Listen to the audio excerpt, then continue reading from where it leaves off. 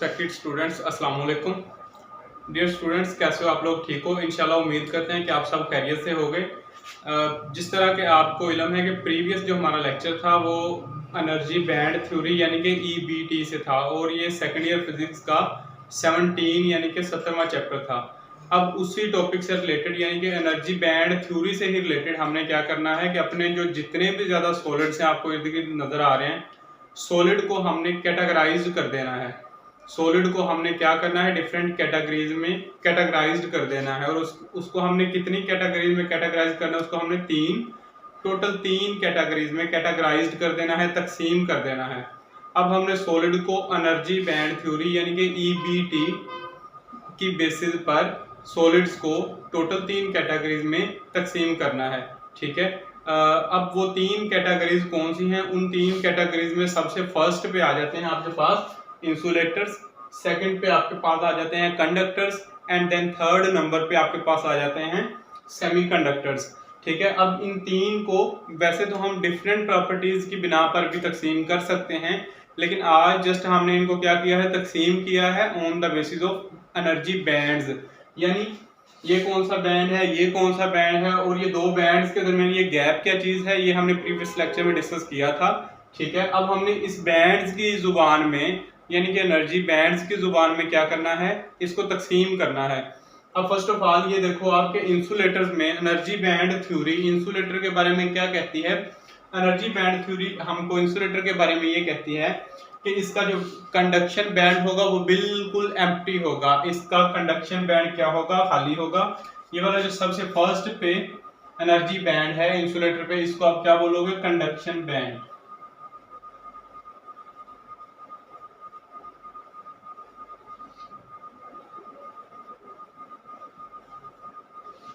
अब इंसुलेटर्स में energy band theory हमें क्या कहती है कि जितने भी इंसुलेटर मटेरियल्स होंगे उनमें कंडक्शन बैंड क्या होगा, बिल्कुल एम्प्टी होगा। कंडक्शन बैंड एम्प्टी होगा। अगर कंडक्शन बैंड ही एम्प्टी है देन हमारे पास कोई भी फ्री इलेक्ट्रॉन नहीं होगा कंडक्शन बैंड में जो इलेक्ट्रिसिटी कंडक्ट करवा सके। तो सबसे पहली प्रॉपर्टी इंसुलेटर की हो जाएगी कि हैविंग एम्प्टी कंडक्शन बैंड।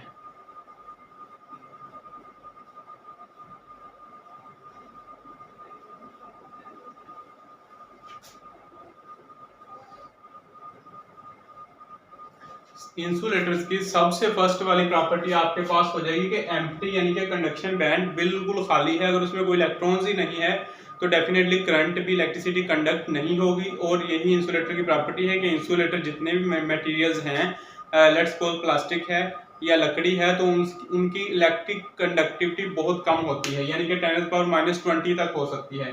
सबसे फर्स्ट वाली प्रॉपर्टी है ही यही कि कंडक्शन बैंड बिल्कुल एम्प्टी होगा। ठीक है। कंडक्शन बैंड एम्प्टी होगा। सेकंड इसकी प्रॉपर्टी ये है कि ये जो बैंड है जो सबसे फर्स्ट पे आपने ड्रा किया है, इसको आप बोलोगे वैलेंस बैंड।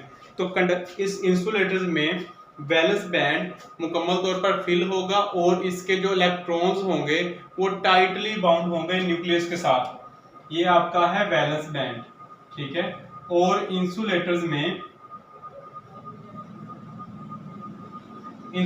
में सेकंड प्रॉपर्टी आपके पास एनर्जी बैंड्स की जुबान में सेकंड खासियत ये हो जाएगी कि इंसुलेटर्स में वैलेंस बैंड में जितने भी वैलेंस इलेक्ट्रॉन्स होंगे वो क्या होंगे, टाइटली बाउंडेड होंगे विद द न्यूक्लियस। इलेक्ट्रॉन्स क्या होंगे, वैलेंस इलेक्ट्रॉन्स क्या होंगे, टाइटली बाउंड होंगे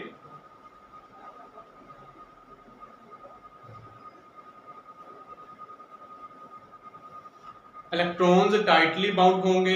जितने भी वैलेंस इलेक्ट्रॉन्स हैं वो न्यूक्लियस के साथ टाइटली बाउंड होंगे। आपका कंडक्शन बैंड बिल्कुल एम्प्टी होगा, सारे का सारा खाली होगा। ठीक है। तो डेफिनेटली करंट फ्लो नहीं करेगा। थर्ड इंसुलेटर्स की प्रॉपर्टी ये है कि ये जो दरमियान में एनर्जी गैप आ रहा है, ये क्या होगा, हैविंग लार्ज एनर्जी गैप, जिसमें फॉरबिडन एनर्जी गैप जो दरमियान में जिसमें कोई भी इलेक्ट्रॉन फिल नहीं होता, ये इसको आप बोलते हो फॉरबिडन एनर्जी गैप। तो इंसुलेटर्स में दो बैंड्स के दरमियान में जो फॉरबिडन एनर्जी गैप है ये क्या होगा, लार्ज होगा। और ये कितना लार्ज होगा, आप ऐसे कह सकते हो कि 10⁻⁵ या फिर सिंपल 5 इलेक्ट्रॉन वोल्ट। अब ये जो एनर्जी गैप है तो एनर्जी हम यहाँ पर इलेक्ट्रॉन वोल्ट्स में लेंगे। तो ये कितनी एनर्जी इलेक्ट्रॉन्स के पास अगर हो तो इस गैप को वो क्रॉस करके कंडक्शन बैंड में चले जाएंगे वो तकरीबन इंसुलेटर्स में ऑलमोस्ट 5 इलेक्ट्रॉन वोल्ट होनी चाहिए, ठीक है। थर्ड प्रॉपर्टी, जिसमें इंसुलेटर्स में आपके पास होगा लार्ज फॉरबिडन एनर्जी गैप।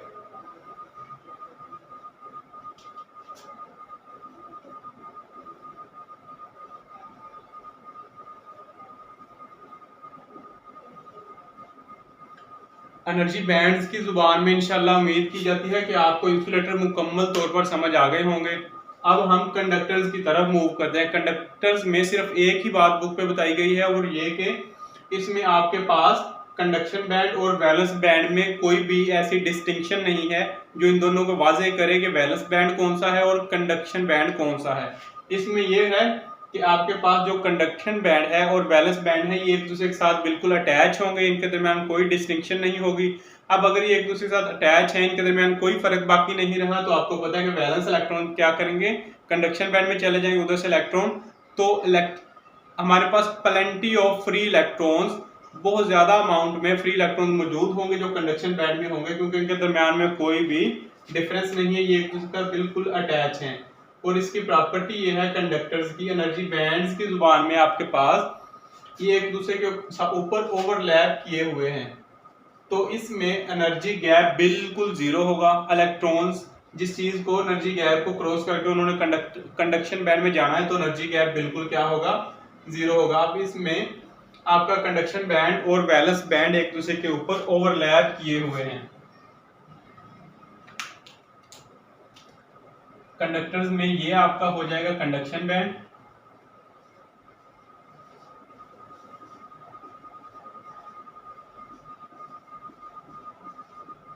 ये आपका हो जाएगा वैलेंस बैंड। अब कंडक्टर्स में बैंड्स की जुबान में कंडक्टर्स को आप कैसे एक्सप्लेन करोगे, एनर्जी बैंड्स की लैंग्वेज में आप कंडक्टर्स को ऐसे एक्सप्लेन करोगे कि वैलेंस बैंड और कंडक्शन बैंड में कोई डिस्टिंक्शन नहीं है, दोनों एक दूसरे के साथ ओवरलैप ही हैं, अटैच हैं बिल्कुल एक दूसरे के साथ, और हमारे पास प्लेंटी ऑफ फ्री इलेक्ट्रॉन्स मौजूद हैं जो इलेक्ट्रिसिटी को क्या करवाएंगे, कंडक्ट करवाएंगे। तीसरा इसकी प्रॉपर्टी में ये आ जाएगा कि एनर्जी गैप बिल्कुल ऑलमोस्ट जीरो के बराबर है। ये वाला जो एनर्जी गैप हमारे पास है ही नहीं, बल्कि क्या है, दूसरे ये बैंड एक दूसरे के साथ अटैच है, एनर्जी गैप तो बिल्कुल भी नहीं है। और हमारे पास प्लेंटी ऑफ फ्री इलेक्ट्रॉन, बहुत लार्ज अमाउंट में फ्री इलेक्ट्रॉन मौजूद हैं जो इलेक्ट्रिसिटी को कंडक्ट करवाएंगे। अब हमने एनर्जी बैंड्स थ्योरी की बेसिस पर अपने सेमीकंडक्टर्स को एक्सप्लेन करना है। सेमीकंडक्टर्स को आप ऐसे एक्सप्लेन करोगे, ऐसे हमारे पास वो वाले मटेरियल यानी कि सॉलिड की वो वाली एग्जाम जिनकी प्रॉपर्टीज कंडक्टर और इंसुलेटर के दरमियान में लाई करें, या फिर आप ऐसे कह लो कि जिनकी कंडक्टिविटी जो है वो कंडक्टर्स और इंसुलेटर के दरमियान में लाई करे। लेट्स सपोज इंसुलेटर की कंडक्टिविटी माइनस में चली जाती है 10⁻⁻20 तक, और जो आपके पास कंडक्टर्स हैं वो लेट्स सपोज के 10⁻+5 तक उनकी है कंडक्टिविटी। तो जो सेमी कंडक्टर्स हैं आपके पास, इनकी कंडक्टिविटी -7 से -6 से -4 तक की रेंज में इनकी कंडक्टिविटी आएगी। इनकी जो कंडक्टिविटी है 10⁻6 से 10⁻4 के दरमियान में आएगी, और ये वो वाली रेंज है कंडक्टिविटी की जो कंडक्टर्स से थोड़ी कंडक्टर से नीचे है, सॉरी, जो कंडक्टर्स और इंसुलेटर के दरमियान में लाई करती है। तो एक प्रॉपर्टी तो इसकी हो गई कि कंडक्टिविटी दोनों कंडक्टर्स और इंसुलेटर दोनों मटेरियल्स के दरमियान में इसकी कंडक्टिविटी लाई करेगी। तीसरा इसका ये है कि आप कह सकते हो कि having narrow energy forbidden energy gap. इसमें हमारे पास जो एनर्जी गैप होगा वो क्या होगा, बहुत ज्यादा लार्ज नहीं होगा, बल्कि क्या होगा, नैरो एनर्जी गैप होगा, और एनर्जी इसकी कितनी होगी, ऑलमोस्ट 1 इलेक्ट्रॉन वोल्ट। यानी कि वैलेंस इलेक्ट्रॉन्स के पास, ये जो वैलेंस बैंड में इलेक्ट्रॉन्स होंगे, वैलेंस इलेक्ट्रॉन के पास अगर 1 इलेक्ट्रॉन वोल्ट एनर्जी प्रोवाइड कर दी जाए तो वो क्या करेंगे, जंप कर जाएंगे और कंडक्शन बैंड में चले जाएंगे। ठीक है, तो सेमीकंडक्टर्स कौन से मटेरियल्स हो जाएंगे, ऐसे मटेरियल्स जिनमें एनर्जी गैप क्या होगा, नैरो होगा। फॉरबिडन एनर्जी गैप क्या होगा हमारे पास, नैरो होगा, और वो कितना होगा, 1 इलेक्ट्रॉन वोल्ट। यानी कि वैलेंस इलेक्ट्रॉन को अगर 1 electron volt energy in the form of heat या लाइट की फॉर्म में दे दी जाए, प्रोवाइड कर दी जाए, तो वो यहाँ से आपके वैलेंस इलेक्ट्रॉन यहाँ से जंप करके कहाँ पहुंच जाएंगे, कंडक्शन बैंड में चले जाएंगे।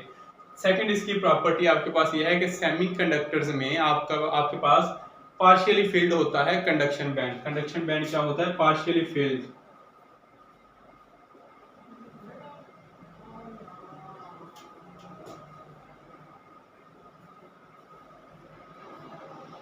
ठीक है, और बिल्कुल इसी तरह आपके पास वैलेंस बैंड भी ना तो मुकम्मल तौर पर एम्प्टी होता है, ना मुकम्मल तौर पर फिल्ड होता है, बल्कि पार्शियली फिल्ड होता है।